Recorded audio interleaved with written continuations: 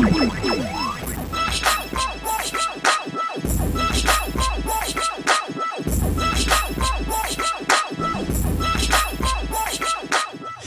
there, and welcome to the Strike First Gaming Show. I'm Fosung Elizabeth Cookye, and I'm followed by the members of our wonderful production. So we have Anthony Velonza, the CEO of our Strike First Gaming Group. He covers toys and games. We have Dr. B Galaxy B. He covers fashion, hip-hop, and video games. We have Kitty Kaboom, aka Kitty Contreras, who also covers the politics of video gaming, anime, and also cosplay. Then there's myself. I cover mythological moments of fighting video games and Japanese vintage anime. We have Tron, who also is going to be covering his adventures in VR. And so thank you for welcoming and watching our show. So before we begin, I just want to start off with a little bit of some news feed. What is happening in our community right now? So give me 1 second. I want to make sure that I give you y'all sources so that y'all have something to reference if you're interested in any of the topics that I'm about to display. Newsflash. For most people that don't know, what's going on is the 50th anniversary of Lucasfilms Entertainment and the covering of Star Wars. So Star Wars reaches 50 years old next year in 2021. And they'll be doing a whole year's worth of celebration, releasing new toys, memorabilia, technology, most likely new DVD box sets, so on and so forth. And this article was written by Daniel Pickett right here. And you can go to actionfigureinsider.com to learn more about what's in store for a year's worth long celebration of the 50th anniversary of Star Wars. I love it. Next up, oh yeah, I'm a big Star Wars fan too. So next up, we got this wonderful innovation in the world of VR. Thank you, Tron, for handing us this source here to Wacom. I think I'm saying that right. I don't want to botch the name here. Wacom. I don't even know how to say it myself. Don't worry. I always say Wacom. Wacom unveils VR pen built for the next creative future. So what I'm understanding here is this pen will allow you to use this during VR gameplay and on stylus tablets that can be integrated in the world of VR.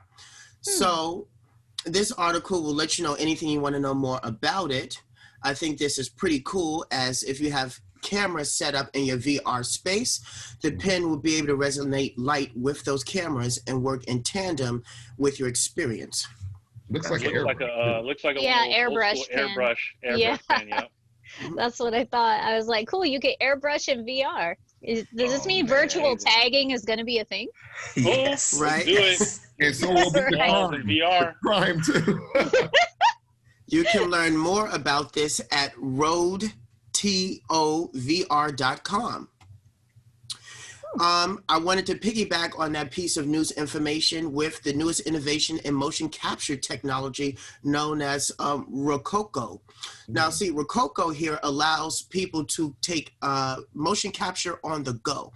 There are these light sensors that go on your body that fit in a suitcase. So it's now mobile VR, and an individual person can put them on their body themselves, create their own VR space in real time. You don't need to be surrounded by cameras. You get the software, and for basically $1,000 right here, you get everything. You get the smart gloves, you get the rest of the body equipment, you get the software right here, and then and here's a nice promotional video reel here of how it works, which I thought was pretty cool. So this Lil Nas X. Yeah, so Lil Nas X is known for using this same technology when making this video right here, Lord Danger. This is an iconic video right here when it first came out. Wow. I also found out that the same artist, Lil Nas, also used the same technology for another video of his called Panini. Wow, so this is just some concepts here of taking this VR equipment set up on the go in a suitcase with you. I think this is cool for individual artists that want to change up and make their own music videos. It's like the modern day version of the one-man band. No longer do you need to have like 1,000 pieces of equipment hooked up to your body. You could just have this, make your own music video in real time. That's crazy. Mm-hmm. Not only do I see this working for that, but also like VTubers. Do you Yes. imagine the possibilities for VTubers using this? Makes me kind of want to start VTubing. Jeez. Oh man, we're gonna start VTubing, all right, for sure. That's Something- on the agenda. Something you may want to look into, Brandon. Mhm. This is right up your alley when you want to make your own music videos. Yeah, I definitely saw some potential in that. And CobrakaiTone and Tron, please take note that we're gonna have to implement this into some of our future projects, and I'll be the lab rat for that one. For sure. Next up on the news wave here is we have the GPD Win3. So, as you guys know out there, I've been following the world of the niche market of video gaming handhelds from China, specifically from Shenzhen, where innovations are constantly being created every day. And so this indie company has solidified themselves in the handheld market of mobile PC gaming with integrated controls. And now the long-awaited GPD Win3 will be going on Indiegogo January 21st, 2021, where you can pre-order this and get this by May. So what makes this handheld here so important, the sliding screen with a QWERTY keyboard, integrated video gaming controls, but it's running off of Intel's very first integrated, dedicated graphics card with integrated CPU. So Tiger Lake is Intel's first attempt at getting the power of an integrated GPU integrated with a CPU happening all at once. So we'll have the power of a 1 gigabyte dedicated graphics card on an integrated CPU motherboard, which means with the help of DirectX 12, we'll be able to run AAA games at medium to high settings without having to compensate so much for colors and for graphics. That means every Steam fighting game out there for the fighting game community can be played. So if it's on PS4, PS3, and it's on Steam, that means it will run without issues on the GPD Win3. So I look very forward to playing Mortal Kombat 11 issue-free on this device. Man, You can check more about that Same here. device at gpdwin.hk or gpd.hk.hong Kong. Moving forward, Sega announces its 50-year anniversary. And by doing that, they talk about their handhelds and other video gaming consoles that they've created throughout the years in this, what they called a professorship. So this professor in this video worked for Sega at one point and decides to do a history lesson of Sega throughout the years all the way up to when it ends with the Dreamcast. And specifically here, why they went into giving their console names code names. So like Project Aurora was Sega Saturn, Project Venus was the Sega Nomad, Project Mercury was the Sega Game Gear. You can learn more about that at polygon.com. Sega's 50th anniversary. Impressive. Okay, Love Sega. moving forward. And Currie Hopkins, the motion capture artist for Sonya Blade in 1995's Mortal Kombat 3 video game, the sequel to MK2. After 25 years, fans asks her to put on and don the costume once more. She's now in her 50s, has a family, she's successful, continues to act, and lets people know what it's like becoming Sonya once again after all these years. This is what she looks like, and what it's like for her to reprise her role as a downloadable skin in the new Mortal Kombat 11, along with other movie actors from the 1995 movie that are reprising their roles through playable skins and downloadable packs on MK11. So Another are we gonna get that one right there. we're gonna Yeah. get the Christopher Lambert Raiden in? Yeah, We these have Yep. we have that already. So Oh, I didn't know. so far That's what we I'm have saying. Christopher. They're getting money from these decisions. NetherRealms makes the smartest decisions when it comes to what they put on their games. So They really Exactly. do. that's crazy. And this is a great homage to history just for Mortal Kombat. I mean, let's face it, these guys have just been icons for years. So it's really awesome to see like Ed and the MK team like bring them back for this. Mhm. So, So for I've right- been so happy to see this blow up over the last week. So for right now, we have Christopher Lambert as Raiden. We have the original Johnny Cage. I can't remember his name. I apologize. If anyone knows, you could bring up his name for me. We have Johnny Cage, and we have Hiroyuki Tagawa as Shang Tsung, and we have one more. I believe we have Robin Shu as Liu Kang. Don't quote me on that, but I know it was three new skins from the Mortal Kombat 1995 movie. Now, of course, for me personally, I'm waiting for Talisa Soto. Where's Katana? She's beautiful too. Yeah. Yeah. Yeah. Yep. Yeah. You know, Hopefully still waiting she's for that. coming. Hopefully. And his name is Lyndon Ashby. Is the name of Johnny Cage. Okay. Well, they Thank should get the you. guy. They should definitely get the guy as Kano too. But I think he just recently passed away. A They couple could of years probably ago. I still think you're get him right, in there yeah. somehow. To pay homage. Mm-hmm. Moving forward, January 7th, a day before my birthday, SNK reveals 2 new pieces of information Yes. regarding their proprietorships. So, King of Fighters 15 will be Yes. announced with the first official trailer. Also, we should also be gifted with another trailer to the Orochi Saga, the new anime TV that's being done revolving the King of Fighters series, the Orochi arc. So we'll be gifted to another video regarding that. Also, the character from The Last Blade will also be revealed as part of the next season pass to Samurai Spirits. So I want to see exactly how that turns out, because The Last Blade takes place another 100 years after the end of the Samurai Spirit story ends. So I'm surprised to see who are they choosing to say that lived 100 years before then. So that's kind of interesting. Now I'm really going to get into it some more. I'm glad they took their time on this, because I think we first found out about this. I think they showed trailer guys at Evo Japan last year.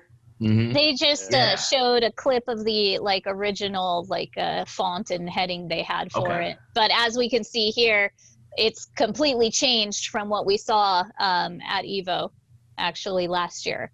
Okay. But I think they honestly just made that one up just to let us know that, hey, it's coming. So I, in my honest opinion, and all of the other SNK fans and people that I know, we really like this whole style and font much, much better.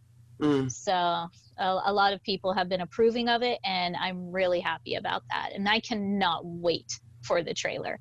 Funny side story, my dad actually looks like a King of Fighters character. So jokingly on Twitter, I don't know if you guys have seen the tweet. I did. I'm just asking, it's just, I'm not really asking. It's just a thought, my dad looks like he could have trained the Okuy team. So maybe, put him in there as a background character, I don't know. Hey, let's get a movement started, man. Exactly. That would be Exactly. Yeah. Please check out the tweet, and yeah, let's try to get this going. I think my dad needs to be in this King of Fighters game. So. Okay. Nice. And last but not least in the news wave is the deal between HBO Max and the new Mortal Kombat movie to come out January 15th, 2021. Oh, close, man. Wow. So much good stuff. Karate Kid, Cobra Kai, and then Mortal Kombat all at the beginning of the year.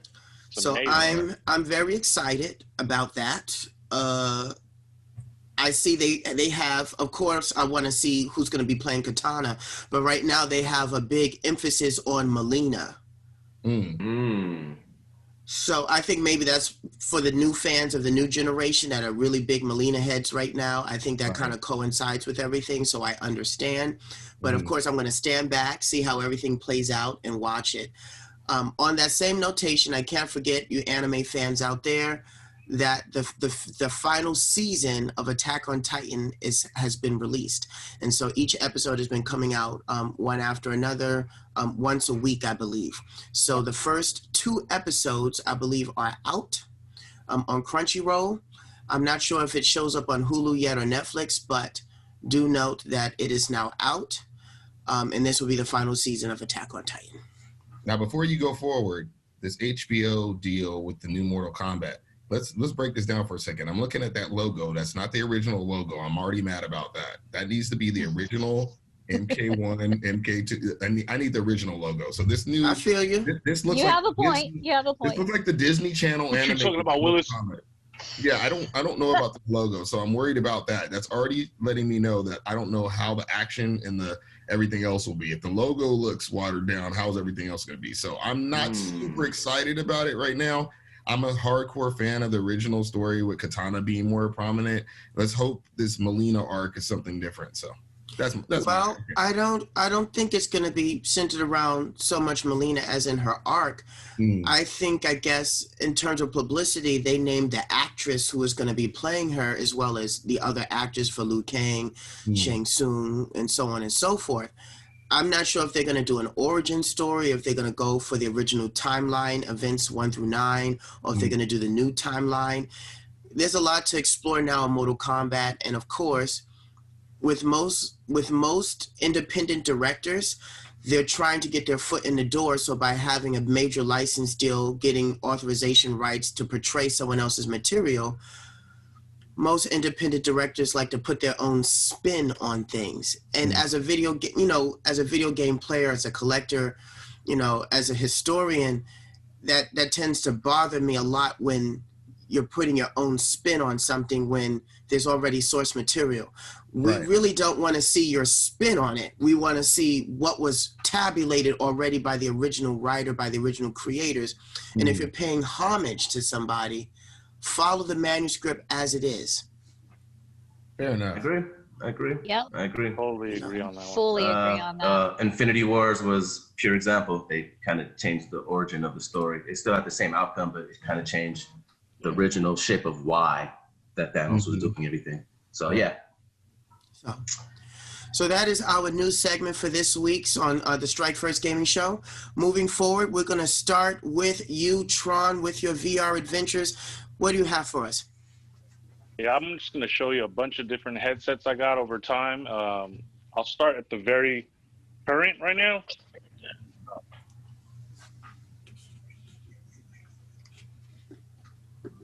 We got this.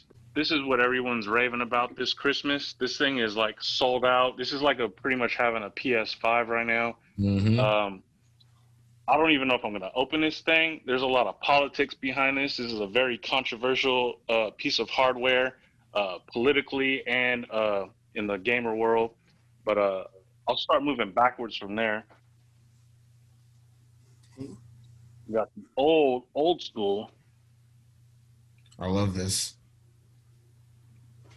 Oculus Go. Oh, You should be like a Go sign, like right here, or an Oculus sign, or a Facebook sign. But this is a Facebook piece of hardware right here, and it's actually pretty cool. It didn't have the 6 DOF that everything from this point on had, but it did have some solid software, and it had I don't have it with me, but it had a remote control that was also like kind of like your 3D hand in space. But you only had one hand because there was only one controller. But I have a lot of fond memories with this thing. It was really comfortable. It's light. Everything's like on board. So this is all you need. You could literally take this on an airplane with you and like zone out and be in VR. And I modified this. As you'll see in a lot of these things, I modified a lot of these things to be more comfortable. But it's got the VR cover pad on it. And VR Cover is a company that I've been messing with from the very beginning, since like when they first started making comfort mods, because people were pretty much doing it themselves, but they say, hey, we can make some money. So our Instagram, we're friends with them, and they hit us up and stuff. But this thing makes it so that you can like kind of pull this thing off. It's like Velcro. And then you get the nice sweaty face. Throw it in a washing machine or just clean it with a sanitizing pad or something like that. So not to dwell on that one too much, but this is kind of the thing I was using like for a long time. This thing came out in 2016, so 4 years. This is the original bad boy, like one of the top two, other than the Vive, the HTC Vive. This thing is dusty. Can you see all the dust on here? This is like an old product, but very good product that has like these good cans of sound right here that a lot of new ones don't have. This is like something every VR headset should have, is one of these, but they don't. So I'll move on to something a little bit crazier than that. Can you install those speakers onto the newer headsets? Yeah. Okay. So I got this thing right here. Sony PSVR. Yo, This thing doesn't have headphones either, but you can attach these like Sony kind of like earbuds. Not the best thing, but and then there's things you can attach to the side of here that'll simulate what the Oculus was doing with these bad boys. But other than that, this thing is solid too. It's like pretty old, just like I'm gonna get older than this, but this thing was pretty solid. It had the PlayStation Eye camera to track everything in space. So if you had your Move controller, it would see the little colored blue balloon, and then you wave that thing around, and that's your hands in space. And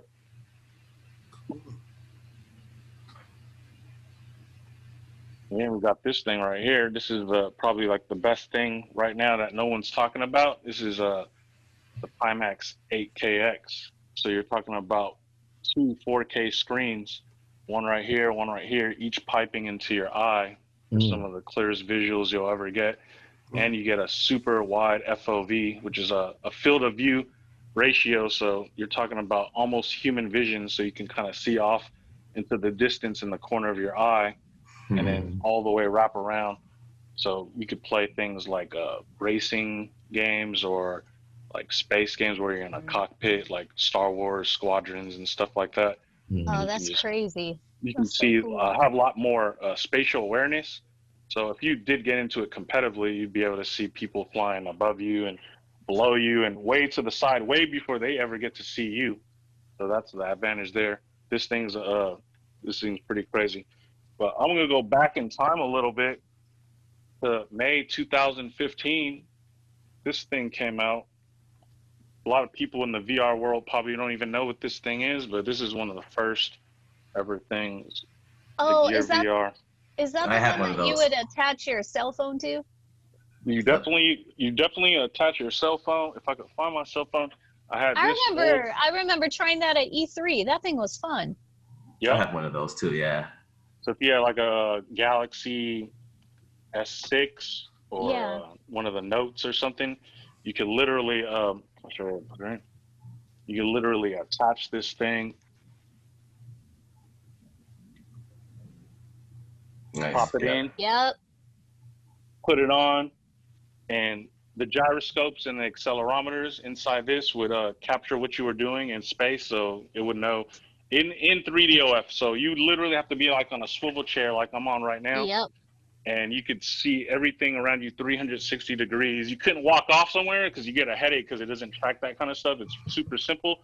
But other than that, you're locked in. So and this was back in the day, 2016. And this thing is known for overheating, this phone, in VR, because you're stressing the CPU the hell out. Yep. So I remember that. you would literally have to do some kind of mod to it, or you couldn't run it for longer than 30 minutes to an hour. Yeah. So I got this thing right here, which is a faceplate. The faceplate that actually comes with that covers it. I got it modified with a CPU fan. Nice. So and it blows cool air onto the phone itself. So you could get about you could probably play this all day until the actual battery runs out. You would play it all day, and then but this thing itself, the Gear VR, Oculus, with their partnership with Samsung, that's what this is. They were literally giving this out for free. Like they were giving it out like Xanax in 2010. Seriously. Yeah, if you bought a Samsung phone, this phone, you got it. You got it for free. So I remember that. That's what kind of helped push VR as a medium to the forefront, because of stuff like they were doing like 5 years ago. And so tell me, all I got for right now. So tell us, which is the one that you use the most right now out of all that equipment that you just showed us? To tell the truth, I use the old Oculus Quest the most, because it's pretty solid. It's got a lot of things that people don't realize are better than the new Oculus Quest 2 that everyone wants, like the PS5. But the only thing that I could say that's really bad about it compared to the new one, it's front heavy, so you got to do the comfort mods, which I do with all my devices. So this one has like a halo strap that I got from China. It keeps all the pressure on your like forehead area, similar to a PlayStation VR. It's got these fans right here that blow cool air onto your forehead. Because obviously this thing, like, this is literally a computer sitting on your face. So this whole front area gets hot, and it in turn makes your forehead hot and your cheeks hot. So other than that, yeah, this is all I've been using lately until I figure out what I'm going to use as a daily driver. This is my daily driver still to this day. I'm actually going to donate this to Cobrakai if I do move on to the Quest 2, so he'll be able to enjoy this, and we could get on some multiplayer Star Wars Squadrons and all those good games.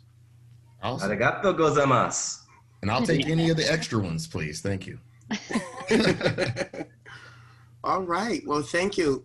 That has been Tron with his VR Adventures in this week's episode of the Strike First Gaming Show. Moving forward, we're going to go over to Dr. B with fashion.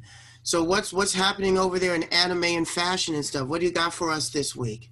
Well, speaking on the 50th anniversary of Star Wars or Lucasfilm, and the 40th anniversary of The Empire Strikes Back, today here on Strike First Gaming, I, the bathing ape Jedi himself, will be showing you guys and gals and everyone the dopest new kicks for gamers to wear. So, one important thing about gaming is how fresh and fly we look. Kitty's always fresh and fly when she does her cosplay. At every tournament we see her at. CobrakaiTone shows up looking ready for the runway. Cookye looks like she's ready for the Imperial Chinese ball, and then you got Cobratron ready for the world of VR. And me, I just kind of throw on all sorts of stuff. So we're going to start with this to get the props and the homage to Star Wars, which we'll start with the Boba Fett Adidas. These just dropped in 2020, an amazing sneaker. Based off the character Boba Fett from Star Wars, who's been making a huge comeback in the Star Wars universe recently. He was thought to be killed, but all sorts of stuff is shrouding behind the mystery of that, and we're finding out more. Is he alive or not? In the comic books and stories, he was not killed. He made it out of the Sarlacc. Somehow, the Sarlacc found him indigestible and spit him out. Jetpacks, man. Everyone has jetpacks. Gets away. Until you look into the universe about it a little bit more. But this is the Star Wars Adidas Boba Fett, and it has this cool pouch right here. Dude, the pouch sells me. That's perfect. The pouch, all shoes need that. Why don't we have those? Why don't we have those on more sneakers? Right there. That's on Boba Fett. That's sexy. That is sexy. Symbol. Right here on the tongue, Boba Fett himself. You can't beat that. Nice. These are so sick. One of the most sought after shoes and going for a real high dollar Boba Fett Adidas, y'all. Let's move on. Those are beautiful. You saw the villains, but we can't miss this iconic hero. He's the guy that you love to pet. It's Chewbacca. And Chewbacca has his own Adidas shoes. I love them. These are dope. Wow. Yeah, everyone wants them. I know Cookye has a million things to ask about these, but these are crazy. No Wookiees were harmed in the filming of this, by the way. No Wookiees were harmed in the filming, but these are really cool. Everyone that I've shown these to wants to pet them. I do. I wish I could pet them right now. I'm trying to hold back from doing this because I really want to fill these shoes. They're amazing. Look at the quality on that. And it even has this little ammo sash on there. That's my favorite part. On the inside, this is silly. On the inside, it says no. It does. No. It has a sound written out right there. His little growl he always does. So these I need a pair now. Oh my god. These are the Chewbacca Adidas. Super rare, y'all. And these don't have the laces in them yet. This is unlaced. I'm just like showing y'all the tongue. So how did you secure your pair? Yeah, that's what I was gonna ask next. How in the heck did you get these? I had to sell my soul. No, I'm just kidding. So what happened was the morning that these came out, they sold out in seconds, not minutes. Yeah. Seconds. They were gone. I believe you. I clicked on it. It said sold out. Like it said sizes sold out. So I had to do a lot of tracking down and shoe trading and shoe hunting to find those. And the Boba Fetts. The Boba Fetts were even harder. Those came out, sold out in seconds, and they go for hundreds, like 400 or so right now. Yeah. And they're climbing.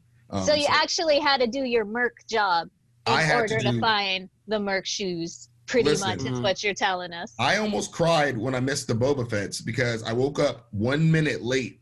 1 minute late, and when I went to go check out, they were gone 1 minute late from when they dropped on the timer. That's like a day late. If you're a shoe person, I always see dudes in the FGC lining up online, so upset that they didn't get the latest pair of Nikes and stuff. Like every second it's beyond every second counts. It's like every second is an hour, and the more that you're trying to do it, it's crazy.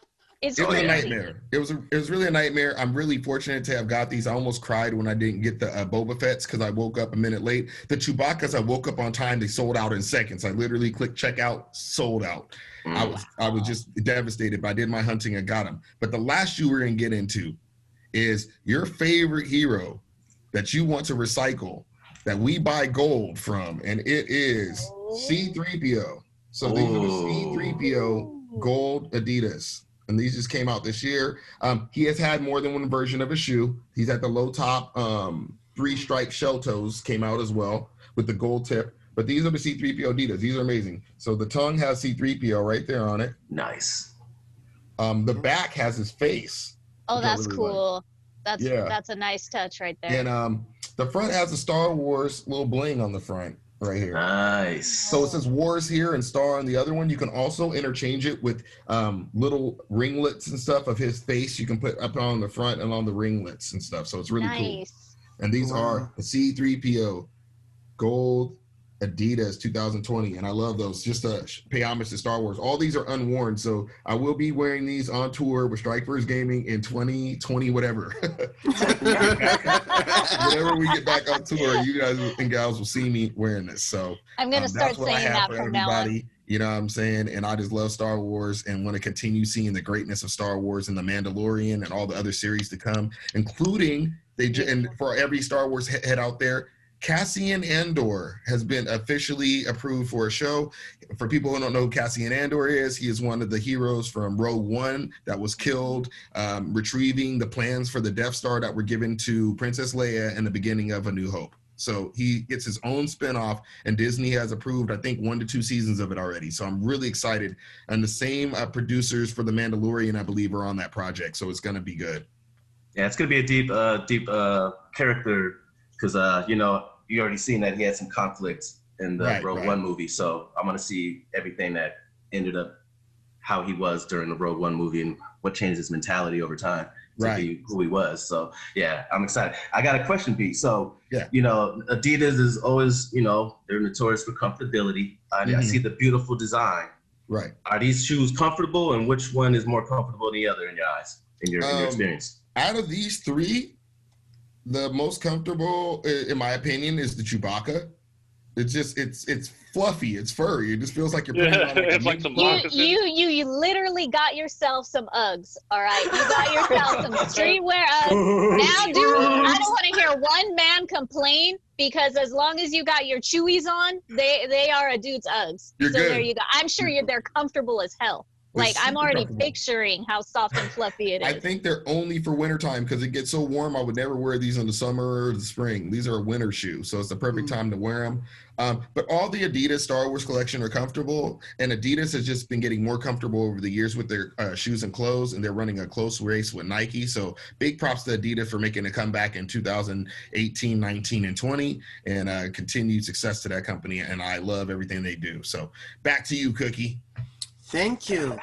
So there we have it, Dr. B, Galaxy B, with his fashion. Okay, awesome. I look forward to actually looking up more in the world of sneakers pertaining to Star Wars. Oh, yeah. In fact, I'm learning a lot more about this because of you. Thank you. So thank you. I've learned something new today. Okay, moving forward, I'm going to take it over to Kitty Kaboom. Our fashionista, cosplayer, politician. What's up? What's going on? What do you have for us today? But basically, I wanted to talk to you guys about the FGC.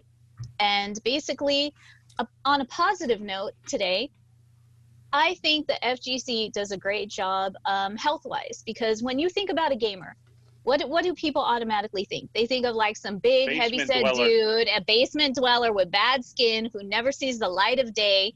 And you know what? One reason I love that, and who's always eating Mountain Dew or eating Cheetos, Doritos, and Mountain Dew, Baja Blast, and Code Red, Dr. Pepper. Always has a stockpile of Mountain Dews that have already gone out of, process and like haven't been on the shelves for 10 years, but somehow they have 30 cases of it behind them. This is what we think about when we think about a gamer. So I love the fact that the fighting game community actually changes the stereotype immensely. And here's something that I've noticed, and this is food for thought as well, something for you guys to think about while as I go into this. Basically, think about it. The games we play, the characters, as you see behind me, like, we all have our mains. We all have the fighting men and women we love and idolize. So, I mean, they've inspired us throughout all of our lives, whether it be fashion, martial arts, overall style, their own persona, you know. I think, you know, Capcom said it best with, you know, saying choose your alter ego in one of our favorite fighting games. So people already know that these characters that we choose to play in these fighting games and that we always end up maining over the years have a very huge impact on our lives. And one thing that I've noticed that I think nobody has really realized in the FGC is how this, you know, unconsciously affects us for a positive. Think about it. You have a fighting game main who is, let's see, a beautiful woman. She's fit, a little muscular perhaps, has great fashion sense, is always in these beautiful outfits. Hair is always looking good, face is always looking good. And I feel like for the women and men out there, or you have like a good looking guy who's in shape, always has a hot outfit on, always has nice sneakers on, hair is like perfect anime done, whatever style it is. And basically you think about it and you go, I made this character, and when I go to tournaments, I want to do my best. I want to look my best. I want to feel my best. And we actually do that in the FGC. Everyone I know, including myself, when we go to a big tournament, we always want the hottest outfits. So what do? We want to look as fresh as our main does. You know, when we go up there and hopefully, you know, we're on camera, we're on stream, whether it's, you know, a clip of us walking by or whether it's us competing in tournament, people are going to see you. So we already put our best foot forward in that. One thing I also love is the fact that the FGC loves martial arts and loves working out. You see so many dudes that are actually workout buffs in the fighting game community. Yeah, and I was just talking about this yesterday. Literally, like people that go to travel around the world, go to tournaments, and they stay at these hotels while everyone's like literally in the house, like training. They're in the gym. They're in the hotel gym working out. They're in the gym. Matters too, like your general physique matters when you're in a tournament. Exactly. You go to the gym at 6 in the morning, you're going to see like 5 or 7 other dudes that you're competing with, or some of your friends, because, you know, they want to make sure they get their training in. They want to make sure they're alert. They want to make sure they're awake. They want to make sure they're ready for the entire day, because we all know we don't sleep during any kind of tournament over the weekend at all. And you're just constantly going on that grind. And that's another thing too. Instead of us always hammering down soda, what is it mostly? We have awesome energy drinks that are focused around, you know, these communities. Like for me, I don't know if you see me taking sips of this crazy blue drink I've got here, but I'm actually drinking Glitch Energy because they're some of my favorites. And I actually have, you know, what's left of it in here. And one thing I like about these new companies like Glitch and, you know, like G Fuel and all those other ones out there, they make like video game based flavors. They're actually delicious, and they actually have vitamins in them. It's almost like a mix of drinking a pre-workout and vitamin C, or, you know, just like any kind of airborne to help like your immunity or something. So I don't know if you guys have realized it or not, but, you know, as much as we talk about drama and everything, the FGC is kind of better for your health than other gaming when you think about it. Just overall mental, whether it comes for, you know, you wanting to feel good and look good and do your best just as much as you want to do in training and showing off your character, you know, when you're in competition. So I say, like, it's one of the better communities out there in gaming to be a part of, just from that. And not only because of that, look at how many of us love our fashion and have our own styles. And I get to meet awesome people just like you guys and talk amongst, you know, you guys, see badass Chewbacca shoes that now I want, and I'm probably never going to get my hands on, but, you know, try to find those. So this is one thing I love, is just that it has connected all these other worlds that we're part of together And I just honestly think that the FGC is healthier for you than other, types of gaming cultures out there in the world. So whether you think about it or not. So glad you mentioned that, Kitty, because when we're at these big tournaments, say like Combo Breaker or CEO or Evo, my boy does the step counter for us. We're doing like 30,000 steps a day. Yep. That's a lot. I've done that too. Like I can't even tell you how many miles I've just ran from my hotel room to Evo. First of all, it's so far away. And second of all, doing that in heels and cosplay is not pretty. Okay, I am so glad there is a spa in the Delano Tower. So I just go downstairs and try to like get feeling back into my feet. Like we are always on the go. And I feel like just as much as you need to have, solid training mentally when you go to these competitions, you also need to have it physically. And if it's one thing that FGC has taught me is that it's to take better care of yourself. Yes, and a lot of people out there in the FGC do follow this rule. And then for the ones that actually take it on a public level and talk about it on their platforms, whether it be Twitter, YouTube, or Twitch, it inspires the rest of the community as well to start taking better care of themselves too. And I just think that's one of the most beautiful things about the fighting game community is that we actually want to be better people and we learn from it through our characters that we're using in the fighting game. And now I'm glad that you said that too, because the fighting game community is based off a really rich history. And that's one of the other reasons why our community is so deep. It's because if you look at the Halos and all those, they don't have these long, drawn out stories like Daigo and some of these players have who've been around this long, who have these big arcs and these big like matches that happen, these Evo moments and stuff. You don't have that history in a lot of the other gaming communities. It's not the same. And the rivalries aren't the same. They're more in person at fighting game events, and we all sit down and play our opponent right then and there. It's less online based. Elbow to elbow, man. Exactly. It's a whole different story when you're sitting next to your rival in person than it ever could be if you're just competing against another rival team online. Well, also keep in mind, too, that the reason why the FGC has a rich history is because it's also connected to multi-dimensional streams of productivity and other memorabilia. Most of the fighting games that we were playing also connected to TV shows, were derived from comic books, then came through toys.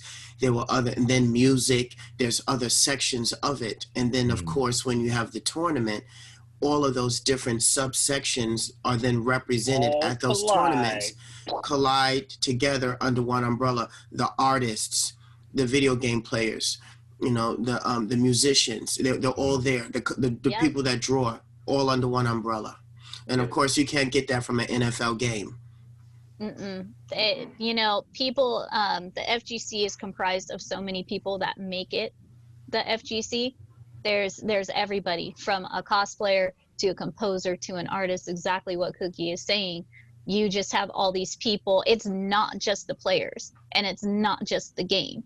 And, we've, again, as Galaxy B was saying and everyone else is saying, we have roots. We have a history.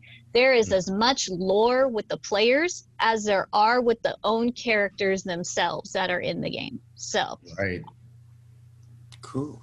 Oh yeah. Well, much props to people like VDO who in the FGC community publicize how much training they do, and make people like me want to get up and like, I need to go to the gym this morning. So props to people like VDO. Exactly. Yeah, I got a COVID stomach right now. I'm not gonna lie. So I need to go back to getting that King of Fighters fit back again. So I got some work to do. But there are a lot of people who are definitely inspiring me every day. I see them working out or talking about it or challenging themselves while they're in COVID. So again, be careful these holiday meals for the next 3 weeks. Just try not to overdo it. New Year's resolution. Oh yeah. All New Year's resolution. It got to be all year round. Well, thank you, Kitty. with our analogy discussion of the FGC and what makes them so great, or what makes us as a community collective so awesome. All right, moving forward. All right, CobrakaiTone, what toys do you have for us this week? All right, everybody. Today I brought you a hot toy by Hot Toys. This is the John Wick Chapter 2 Masterpiece Series, movie Masterpiece Series by Hot Toys. This is a hot item. Oh my God, it's one of my favorite toys. So, you know, this is a 1/6 figure, stands about 12 inches tall, very detailed. Hot Toys is the creme de la creme of getting detailed toys, like not in the 112, but more in the 1/6, 12-inch models. As you can see, like even on the box detail, the shine of it, you can see the grit. It's not just a regular box. It's got the Continental Hotel emblem on it from the John Wick series. So, you are in the neutral territory and you're safe. It's just beautiful. It's a sleeve box. I would expect a little bit different from Hot Toys, but the sleeve is awesome, which is also awesome to let you see the window. This is an unopened box. I am a inbox collector, so I don't open a lot of my toys, but you can see the detail in this. It comes with a lot of features, a lot of guns. I'm gonna really dig into all the features. This thing is, for the price point of $234 retail, is way beyond. I have Hot Toys that are $400 something that, they give you equal detail, but for this to be half the price, you know what I mean? This came out in 2019.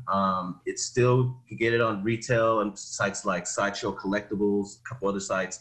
Pretty soon it will be out and you will be forced to buy this aftermarket. And I've already seen aftermarket prices at high 300s when you can still buy it retail. So it's tells you that it's gonna go up to like $300-400, $500 maybe. So to getting into the details of this great action figure by Hot, one of my favorite toy makers out. You get the John Wick, you can just tell the description and the head sculpt alone. That's a very look at that detailed vein on his face. beard right there, man. Yeah, that's crazy. That's good facial hair detail. Yeah, that is sculpt. That is not real hair. It looks real. The grit on his face, his pores, his facial, his wrinkles, the marks from Kombat on his face, because the second movie was really all 100% action. It wasn't really that much storyline. It was just all action. But you can see from that, you can see the head sculpt. That's one thing we look for, is head sculpt for detail, because that's where you get the most detail as far as much work as they put in. And also for if it's a counterfeit, head sculpt is one of the main things that lets you know. So this thing is very highly posable. It has 30 points of articulation. The higher toys get 40, but for the price point, I'm not going to complain. Are his clothes fabric? That is full fabric. That is a full three-piece suit with a necktie, dress shirt, movable belt, socks, shoes, slacks. This thing looks better than my three-piece suits that I get from Japan. All right, this guy's fully loaded. So, you get poses like this with articulation. He comes with 10 different hands. Wow. So you get to do open hand if you want to hold the shotgun one hand, reloading. He has the knife. He has like 4 different pistols. All the pistols have slide action and removable magazines. As you can see, with the shotgun also has a removable slide, has extra shells. Has the knife, highly nice detailed knife. It also comes with the infamous pencil. He once killed 5 men with a pencil. Oh, that's funny. Everything to the blood marker, his gold coin stacks, gun case with extra clips. What else? I even have to write down a list because this thing is so in depth. He comes with, what else does this guy come with? All right, guys. He comes with his wedding ring. Yeah, I saw that too. I saw the ring on his finger. That's another point too. The hands are sculpted as the head. No one does that. So that was hand painted on the ring. Just the little fine details, articulation. The only thing I could say maybe would be better is 40 points of articulation. Maybe the suit a little bit looser so you get more ab stretch and ab crunch to make a little bit more crazier poses.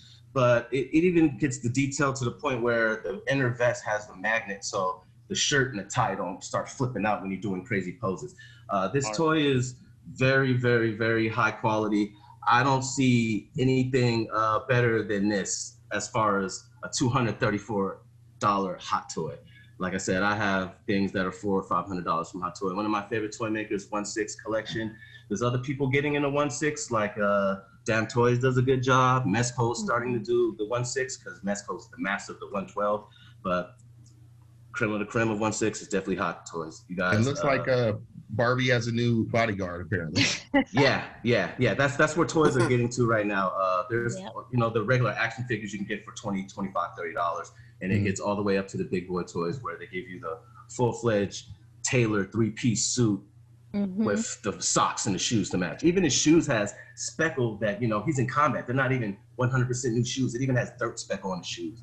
So that's the highly level detail you get with Hot Toys. So I highly recommend everybody who's gonna get into Hot Toys or likes John Wick or just likes toys, get this now because it's already been out for a year and pretty soon it's not gonna be for retail. So what makes me wonder about this toy now is, are they gonna do an updated toy for this one now that he's missing a finger?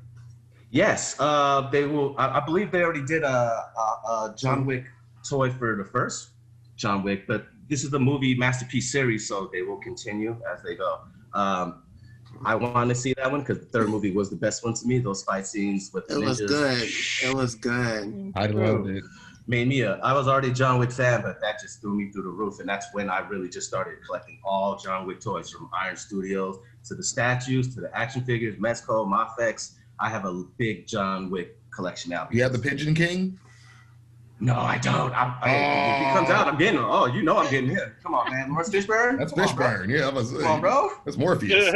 Yeah. Personally, I would want that female, the adjudicator. I want her. Oh yeah. I'll either want her, or I want the woman who was the madam of the ballet of all the ballet dancers. She was the head madam. I'm mad they stabbed her through her hands, but I just loved her demeanor. I would get a doll of her. And that's another thing I love about John Wick. They highlight the powerful women in the movie. Like they get their shine. It's not just about John Wick. The women are just as vicious and cunning as the enemies, and just as skillful as John Wick in getting the job done. So I love it. I'm really happy to see more toy companies actually using fabric on the clothing on their action figures and their toys. Real Action Heroes does that, and they have some of the most beautiful JoJo's Bizarre Adventure figures. If you haven't looked, and here's the terrible thing, they've been out for about a decade or so, and they just go up in price. So you are 100% correct. And you're coming from somebody who collects figures just as much as you guys do, and we all know, like, for example, the Morgan right behind me, the Nurse Morgan right here, I had a friend pick her up at the Capcom store in Japan one year during Evo Japan, and she was $120. And now you look online and she's already going for like $400 to $500, especially like the alternate color version.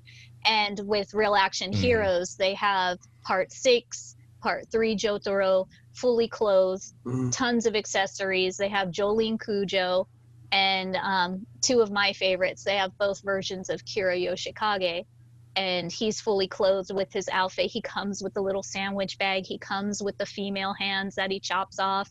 Like, it's absolutely beautiful figures, and they just keep going up in price. So you are 100% correct. Buy your figures now before you are like me and you regret it later, because they're about 100 plus figures. I'm like, damn, I should have bought that. I should just put that on the credit card.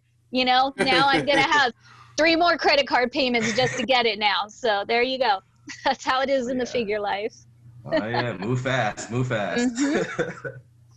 Well, then tell us, this particular figure, where do you recommend for the community to find this figure if they can't find it at its main location? Where online can they search for figures like this if they're hunting?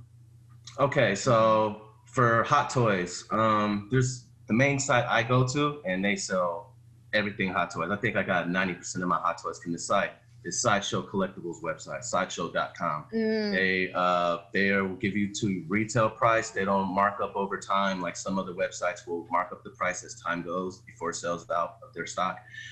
That's where you go. Like I said, $234. I've seen it on Amazon and eBay already for $380, and I'm like, I can still buy retail. You guys, what are you doing? So yeah, that's a place where I would get most of my hot toys because they always release them first, and you can get them pre-ordered. And once you pre-order them, it's already locked in, and you don't have to. You can do a payment plan within anywhere from 2 to 5 months. So if you don't have the money, you lock in the pre-order for a couple, like $20, and then slowly pay it off, or just pay it off in one lump sum when it releases. So that way you can lock it in before it sells out, and then you can lock it in, like you said, Kitty, at the 120 before it goes to $300-400 price. Yes. You know.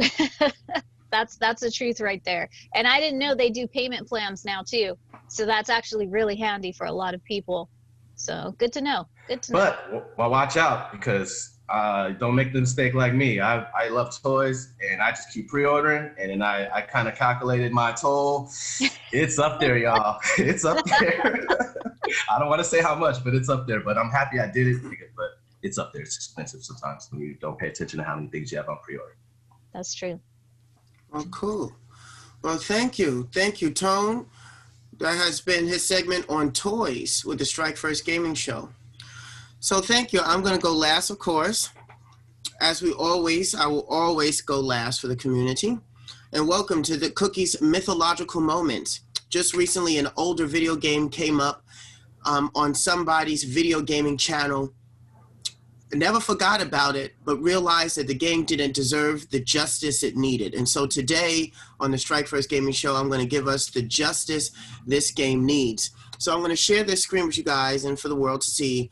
This is called, the name of this game in English is called Evil Zone, but the Japanese name of the game is called Eretz Vaju. Is what it looks like for the American version. The American version is here. The Japanese version is here, and this was the European version. I happen to own the Japanese version, which I'll show momentarily. This is the soundtrack right here, which I also own, and this is the drama CD. And of course, when the game came over to America, we just got the game, and that was just about it. So a little bit about the game itself. It is a 3D polygon fighting game with sidestepping, very similar to Battle Arena Toshinden. Came out in 1999. The company name was Yuke's. Now, what makes this anime fighter so special is because it was set up in the style of TV anime episodes. You pick a character, and their entire story plays out like a TV episode. And at the end of the episode, it goes to the next fight, which of course is introduced as another episode.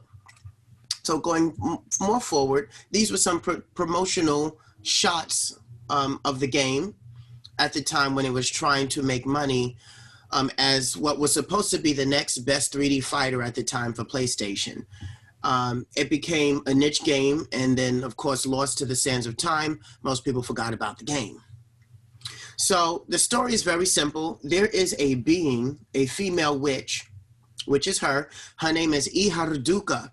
She can exist in multiple realities at a single time. She is said to destroy multiple worlds, and a sorcerer of the light trapped her in this confine zones known as Evil Zone, or Eretz Vaju in Japanese, and has summoned many warriors to the land of Iperseru to come together with joint power to destroy this woman before she escapes the Evil Zone and destroys the multiple realities for which she's existed in. And that's how the story goes. And of course, as you play the game with every character, they all have their own unique storyline. Some intertwine with others, some are just original, and some are just standalone. But you are gifted with the nifty incentive of playing the game with everyone. Because when you do, and you beat the game with everyone, you then unlock Harduka, which her TV episode is called I Want to Kiss in the Dark. That's the name of her entire TV line, which is a play on this actress right here, or actress and singer Masami Okuy, who actually was hired to sing the opening theme song Kiss in the Dark for Eretz Vaju. Unfortunately, when the game was released in America, and due to licensing rights, the opening theme song Kiss in the Dark was removed along with 2 other vocals that are in the original Japanese counterpart and replaced with techno music. Masami Okuy is also known for singing many opening anime TV shows theme songs, such as Renbu Revolution from Shoujo Kakume Utena, and also Endless Life from another all-female fighting game on PlayStation called Advance VG2. She is currently now part of an older team, anime concert team here called Jam Project. These guys are known for singing retro anime music along with her. They're all currently working doing new anime music for newer TV shows that are in the here and now, but they go around giving concerts all over Japan and also all over the world. I had the opportunity to see her and the rest of Jam Project in, I believe, 2016 or 2015 when they came to the Fort Mason Center in San Francisco to do their concert. And yes, Miss Okuy sang Renbu Revolution, in which I lost my voice from singing and shouting. If I were with you, I would have been the same. I'd be screaming, "Take my revolution!" Also, so I'm there with you. That's the song she sung, baby. She sung Renbu Revolution from Utna. And you know, all these new anime heads didn't know the song, so all us older folks literally pushed all the new people out the way, ran to the front. I would have done the same thing. I would be like, "Move, you damn weeb!" You got all that otaku coming through. So let me tell you, girl, you don't know. I literally puffed my chest up like a fucking robin. And I was shouting, and of course the music, when she was singing the song, the anime was playing in the background. So of course I'm reenacting the opening of the anime as Utna flies with the sword and Anthe shows herself with the dress and she does this. And I'm doing all of this while I'm singing the song. And I'm quite sure Okuy was like, "What is wrong with this black person?" I'm quite sure she's looked at me. But at the time, I was so enraptured with her because I finally saw her after all these years that I'm like, I'm going to show her I know this song, word for word. That's beautiful. I would have been in my Anthe Himamiya movie cosplay if I were there. I would have been there. We would have been like screaming and crying and jumping up and down together. Let's be real here. It's totally geeked out. It was so awesome. Something to remember. But getting back to Eretz Vaju, one of the main topics that I wanted to hit outside of the story is the concept of licensing and why certain music gets removed from video games when they get imported into America. So touching on the same subject of a more mainstream game, Rival Schools. Rival Schools and Soul Calibur, or Soul Blade, before it became Soul Calibur, went through the same treatment. And Soul Blade, there was a song in a video game called The Edge of the Soul, which was the opening theme song, and actually in English, on the PlayStation release of Soul Edge. And when you buy the official soundtrack, the song doesn't show up because, see, the artist is the one who wrote it and arranged the song. Therefore, you can only find the song on the artist's CD. So in Japan, they like to have what they call 2-inch CDs. And when you can't find a song, a vocal song that's particularly on a Capcom, an SNK, or a fighting game, or just a video game anime soundtrack in general, it's just mainly because they just didn't have the licensing deal with that artist to put their song on that soundtrack, which means you have to go get it from the artist's CD. This happened with Soul Edge, which is the 2-inch CD to The Heat of the Soul, the opening theme song, and also with Rival Schools. It's Our School, We Will Fight for Our Justice, for the first song that came out. Back when Rival Schools released on PlayStation, that opening theme song by that dude was awesome. But guess what? There are 5 Project Justice soundtracks out there, including the ones for Dreamcast, and this artist's song does not show up unless you get his 2-inch CD. Okay, question. Where did you find those 2-inch CDs? So 2-inch CDs is also a niche collecting hobby that I have. When you go to the book offs and also the mandarakes in Japan. We used to have them a lot at the book off in Manhattan on the East Coast of New York City. Unfortunately, we have like 5 book offs in Southern California. I'm quite sure you know about them. And they do not carry the 2-inch CDs like that. You have to go to Japan to get them. And the beautiful thing about these CDs, is that they're like 25 cents a piece. Cookie, Yes. could you do like through the company you're talking about, the ones that you have, you said in New York, what's the name of the company again? The one you said they have a few of them in LA?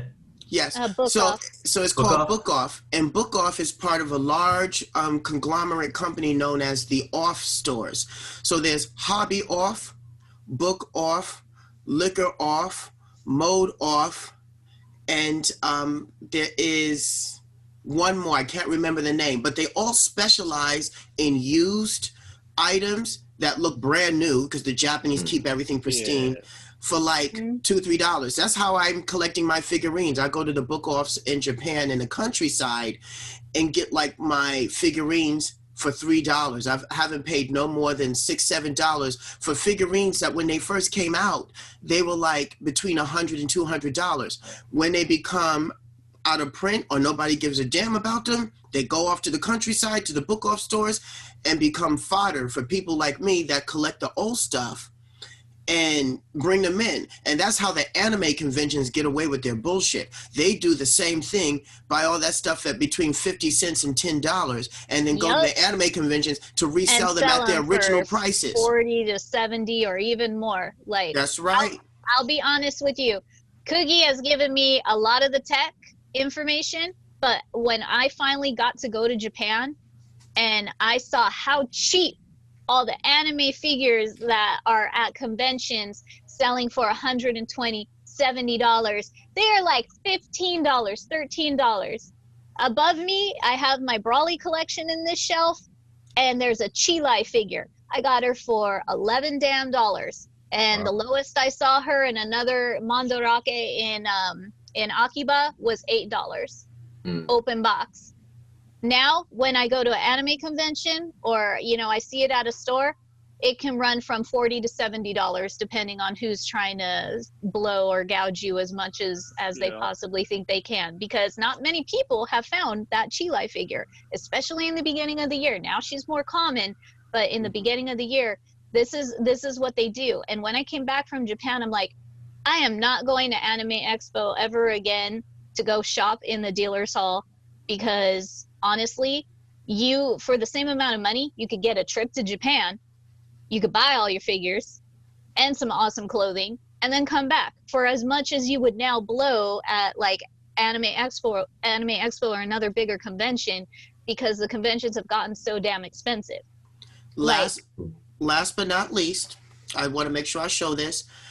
The opening theme song, Kiss in the Dark by Masami Okuy, who sings that on the Evil Zone Japanese release of the PlayStation game that gets ripped out and replaced with a techno theme in the American release of the game. Also did, that song was released on her Dokkan soundtrack when she was just getting her foot in the door as an anime singer for video games and for TV shows. And here is the official Laserdisc concert of Dokkan of her singing Kiss in the Dark, as well as the other songs in the Dokkan album live. Nice. And so a lot of older anime music by veteran singers who lived through the ages will have their concerts, if not on VHS tape, on Laserdisc. And that's usually what closes out a collector's season of things. So if you're collecting the toys, the music, the comic books, the games, everything on it, usually the last piece is the Laserdisc if there's a concert to that artist's album. And that has been a Cookie's mythological moment. That is some good insight right there. A lot of good insight, Cookie. Yeah. Just so you know, one of the best book offs that we have here in California, Southern California. Been to the mall. Del Amo Mall in Torrance. That one is really good because let me tell you, I blew around $100 there last week trying to win the My Hero Academia Hawks Kuji, Ichiban Kuji prize. They actually sell Kuji there. You could actually do the Kuji raffle there. And unfortunately, instead of like $7 a ticket in Japan, it's $13 a ticket.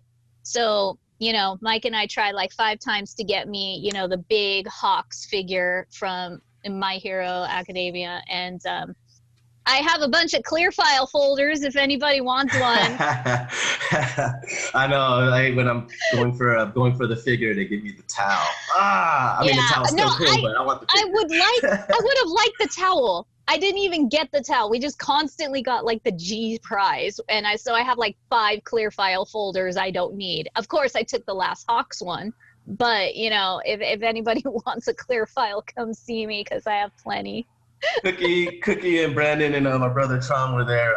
We were just exiting Baby Milo Bape, and then we were at the Family Mart across the street, and they had the whole Ichiban Fuji Extreme Scion 2019 release, 2020 release, and I literally bought the whole thing. My boys gonna want the whole thing. They didn't even let me get the. They didn't let me get the display. The display no and one everything. has. Yeah, so I was like, yeah, I'll take it all. And everything I brought home, I spent maybe $370 on that collection. That collection is worth $1,200. I believe it. I believe it, because the figure of Hawks that I want is anywhere from $120 to about $200+. So for a damn Kuji raffle prize, you know. Hey, you gotta be there to get it though, or it's aftermarket immediately. Exactly. So the fact that this book off in torrents had it, you know, and you know, now that we're talking about it, after this, I'm about ready to drive over there and try again, make sure, see if that figure is still there or not. Like, I'm so tempted, you guys. If I do, I'll record it. Yes, please. I want the experience. I want the experience. Exactly. You can just feel the tension with me. All right, guys. So that brings us to our topic of the hour, which is video gaming movies translated into live action series or movies. So the good, the bad, and the horrible. One movie apiece. No picking the same movie. Starting with you, Anthony. All right, guys. I'm going to start off. Well, Cookye, I kind of did a little bit of a twist on what you asked. You asked for video games that became movies. And most of the times it usually becomes, you know, movie, toy, video game, toy, movie, toy, video game, movie. I'm going toy, movie, video game. So I'm going with the 1987 movie of Gotcha. You guys remember Gotcha? Gotcha, the paint gun for kids that actually really hurt. Like, get shot as a kid, it's like a real paint gun. So Gotcha came out in 1987, the movie. It started first, I wasn't old enough, my brother was old enough, so he was always on point with toys. So Entertech made the Gotcha gun.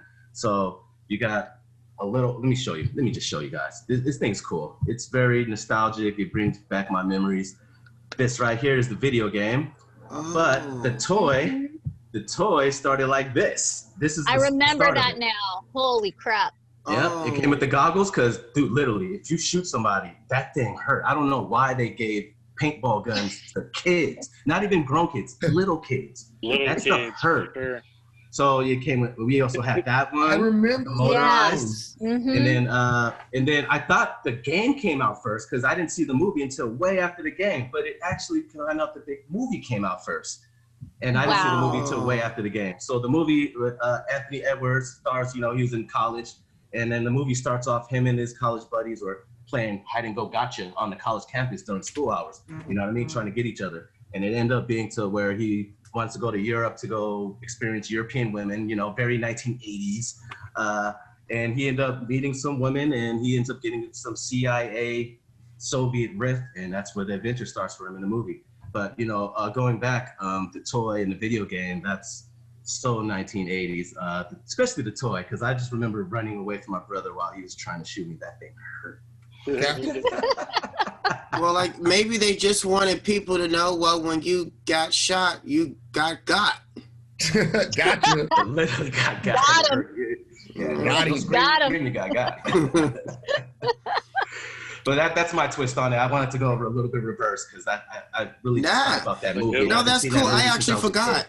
I forgot about that item, the movie, and that. So that's cool. That is a fun twist. I like it.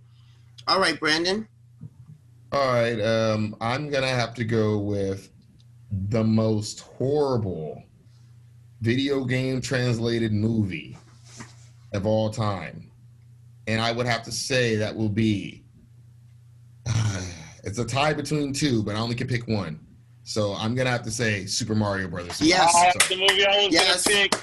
Yeah. Thank you. The worst game movie translation ever. So there's a million things to start with. So before anyone takes anything I was going to say, you got to start with the gigantic Goombas in trench coats with the small shrunken heads like Beetlejuice. No, stop it now. That's supposed to be a Goomba. No, I'm done. It didn't even look like a Goomba. It just looked like a deformed alligator or something. Like, I don't know. It was just, how was that a Goomba? You know what it looked like? It looked like the guys going up the stairs in Daft Punk's video, Around the World. They have a small head and they're in a big trench coat. Well, I will say, in retrospect, I really did like their portrayal of that little cameo scene they tried to do for Wendy O'Cooper wearing all those spikes. Right. When she was holding the door, that was supposed to be Wendy O'Cooper, and I was like, what? What? And I like one little huge connection to the whole thing. Yeah, I like what they did with Mario and Luigi having the power boots, the jump and stuff. That was kind of cool. I think they kind of did decent casting for the Mario and Luigi, and I say kind of, but I think that, what they did for the Turtles even, they just had those reptilian guys in spiked jackets. They were supposed to be the Turtles. Koopa was, come on, looked like Geese Howard with scales. Like, I don't know. My dude Geese dirty like that. I don't know. Don't you ever. It was crazy. It was crazy. And I mean, it had nothing to do with Mario Brothers, the game, the story. It was just some spin-off, and they put all sorts of people in playing different roles. They had police cars driving around, Koopa cars. I don't know what the hell that was. So. I don't understand why it was John Leguizamo. I mean, he's not even Italian. It's supposed to be two Italian plumbers. Right. I don't get it. I don't get it. So that would have to be my choice for the worst video game converted movie in history, and it will stand as the worst video game movie in history.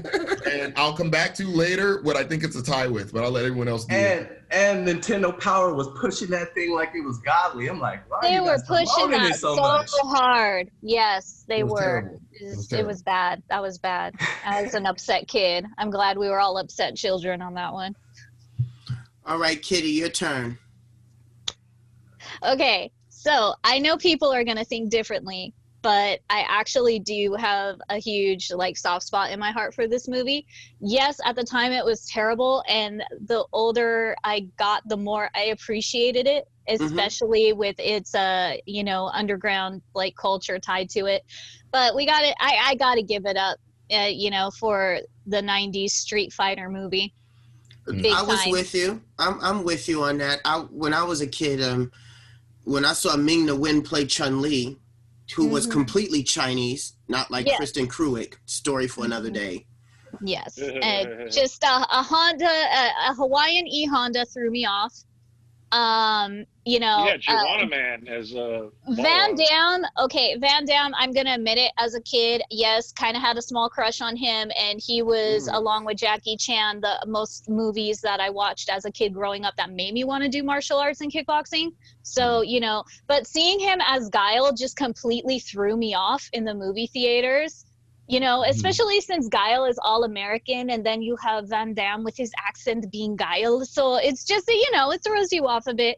I gotta say though, I was really upset as a kid for, Cammy being Kylie Minogue, but growing up and adoring her now and her music and just this goddess that hasn't aged, and I love you and you're still beautiful. And now I realize, damn, she was hot as all hell as Cammy. Now wonder everybody else was not complaining as much as me as a kid. And as much as I loved him as Gomez Adams, Raul Julia, I mean, he was, not the big buff bison that we got, but damn, did he do a good job. And come on now, look at us, look at all these jokes we got. I can't go anywhere, when we're at a tournament or a gaming event and one of my goofy ass friends is yelling, "Quick, change the channel." And, we all know where that came from. Right. And especially look at how the FGC has adopted Tuesday. Right. Look at what we get. Look at all the references we get from him and the infamous Tuesday line from the movie. So as much as people want to crap on it, you know, it has just become like this like iconic underground movie, and I just have to give love to it. Yes, it was bad, but it was the bad good. But it was comedic. It was bad, but it was bad in a good way that we could all appreciate.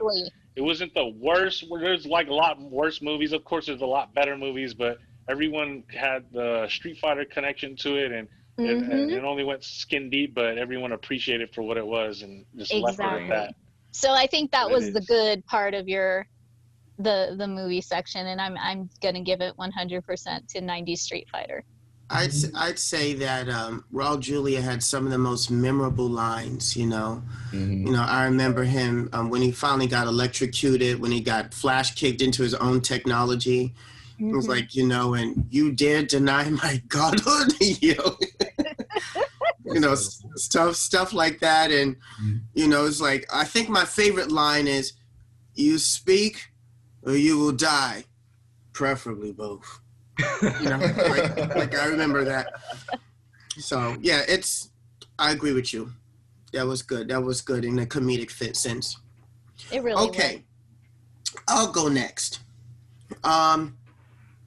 There are a handful of movies, but I'm only going to pick one since it's only one. And I would say for me, my favorite movie to this day, because they just followed the continuity very well. And that's the Mortal Kombat 1995 movie. Yep. They followed it. The only thing they didn't follow was that Shang Tsung wasn't killed. He was defeated, and he ran through a portal with his tail between his legs, grabbing Goro and kidnapping Sonya and Kano with him. That's what the real ending was when he finally lost. Right. But it's okay. Just in terms of realism, it was just so good, and they did everything they could to put every video gaming aspect so people can see that you've been playing this game for so long that you will see this. They chose the right people, the right chemistry. The right music. The techno was awesome. Yeah. There are two songs that everyone remember. This one that the guys are singing right now, and then oh shoot, I completely forgot the ending song. Orbital. Thank you. Orbital with the ending song. Yes. So you already have like two big iconic music songs from that. And it's just don't hate. That movie was a lot better than Street Fighter, so don't hate, people. I actually saw it in the theater and was smiling on the way out, actually. I waited in line I remember like waiting in line for that movie. That movie was like worth it to me. They should do a re-release for like IMAX or something, just for the fans, you know. And I would go to see it again in IMAX. Right. They made the costumes really perfect. So like Scorpion and Sub-Zero, they didn't make them look cheesy. They made them look like real ninja costumes. Yeah. That's why they look vicious. Sub-Zero and Scorpion were done perfectly. You know, Goro, that was great. For the time, Goro looked like Goro. They didn't bring in some, you know, big, tall, buff guy and tape some arms on him and make him do this. They made it look good. So I do have to admit that they did a great job with casting. That was awesome. Yeah, I think that they did a good job. Now, Mortal Kombat 2, Annihilation, different story, different episode, different story. But not touching. We don't touch that. We don't touch that. Put that over there. Just put it over there. Yeah. Okay, Tron. I'll just end this out with one of the, I wouldn't say that's the best. I can't even say what's the best or what's the most perfect. I won't even go into that, but a solid video game adaptation of a video game, a movie of a video game. I have to go to Sonic the Hedgehog that just recently came out. That movie is like, I can honestly say that's the first time I ever said, hey, watch this movie for a video game movie. Like, and I can honestly say it's a good movie. The casting was good. The Sonic the Hedgehog references to the video game were solid. Like Jim Carrey as Eggman or Dr. Robotnik was super on point, and I can't wait to see him in the sequels. And he's like perfect for that role. He like plays that role perfectly as like a person you just hate, but you still got a love for his charming, like maniacal, like different scientific things he's trying to do to catch Sonic, and it's just awesome. And everyone should see that movie. As I have if you're a gonna see question any for video you. game movie, watch that one. So I have a question for you. So his role as Robotnik, is he portraying the Japanese version of Robotnik or the American? He references both. He's So, a mix. He did a good mix of both. Whoa. Yeah, I would even say he's a little bit more Robotnik because of American audiences, but his references to Eggman are so on point that you got to give it up. Like Sega did a good job. They rested that movie license in good hands, and the sequels are already already going to be there. So I'm ready for it. Thank God they remade Sonic. No, Because I already we had the all first know one. it wouldn't have been the same. We all know. I don't know. The one Hard with to say. It teeth. could have been like super bad in a good way, but it's Mhm. good in a good way right now. So Yeah, we'll see that's it. true. Cool. Nice. All right, guys. Hey, So that before can- we get out of yeah. here, I have one last thing I want to say. My tie for the worst video game next to Super Mario Brothers would have to be Double Dragon. Double Dragon movie. Ooh. Double Dragon was terrible. Are you Double sure it's not Dead or Alive? Guys, Or We'll Pretty save bad. Dead or Alive for another day. I seen a DOA movie, and my girl Lei Fang was not in that movie, and I was tight. oh no. Mhm. Yeah, that is definitely another. I think we need a part 2 of this one. And, Yeah. We'll address this again. This is not over. It's far from over. So, all right, so that concludes this week's episode of the Strike First Gaming Show.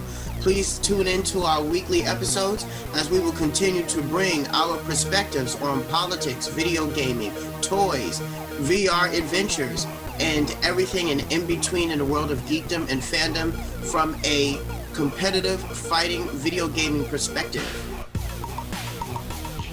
All right. Bye bye. Yeah.